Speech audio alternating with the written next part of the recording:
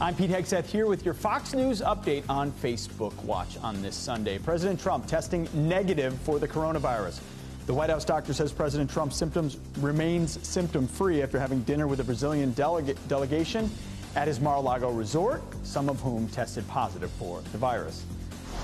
Chaos at 13 airports across the U.S. Americans standing in massive immigration lines after returning home from Europe, some of them waiting for up to 6 hours. Planes are flying into one of these 13 U.S. airport hubs amid President Trump's travel ban. Passengers are then funneled through health screenings. President Trump extended the travel ban to include the United Kingdom and Ireland.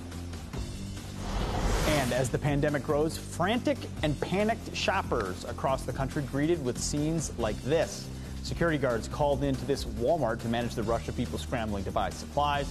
A similar story at Costco stores across the nation. Lines at this Costco in California nearly wrapping around the building as people wait just to get inside. Walmart announcing it's adjusting store hours, giving its employees time to restock empty shelves. The retail giant says it will be closing from 11 p.m. to 6 a.m. to do just that. It's not the only one. Publix, Wegmans, and Harris Teeter also adjusting hours. In Georgia, now the second state to postpone its presidential primaries over coronavirus fears. It's following Louisiana's lead, while Florida, Georgia's neighbor, is still holding its presidential primary scheduled despite coronavirus concerns. Congressman Michael Waltz joined Fox and Friends, and he's encouraging elderly voters in the Sunshine State to cast their ballot from home. Listen. I would encourage those voters to vote by mail to absolutely to the extent possible. And something maybe, again, this is down at the state and local level that we look at is extending that time that they can mail those ballots in. Interesting. Makes sense. Floridians will cast ballots on Tuesday, March 17th, along with folks in Arizona, Illinois, and Ohio.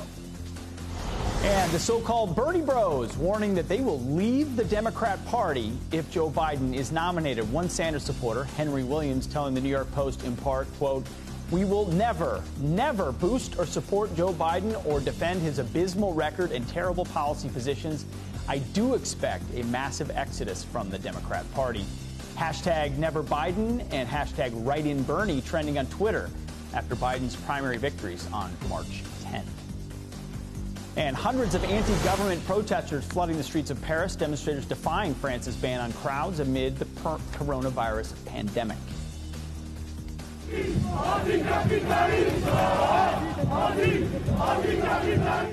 Riot police firing tear gas at the protesters as they flipped cars on streets, setting them on fire. At least 25 people were arrested. The protest came a day before France's local election.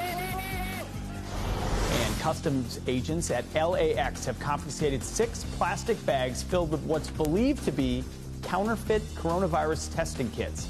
They were discovered at the airport's mail center and had been shipped from Britain. The feds are warning Americans the only way to get tested is through facilities approved by their state or the federal government. And finally, the Queen has left her palace. Queen Elizabeth has been rushed out of Buckingham Palace and taken to Windsor Castle, where she will be quarantined. Palace officials say the Queen is in good health, but did cancel all her public appearances for at least 2 weeks as a precaution. Facebook Watch not canceled. Those are your headlines. I'm Pete Hegseth with your Fox News update on Facebook Watch.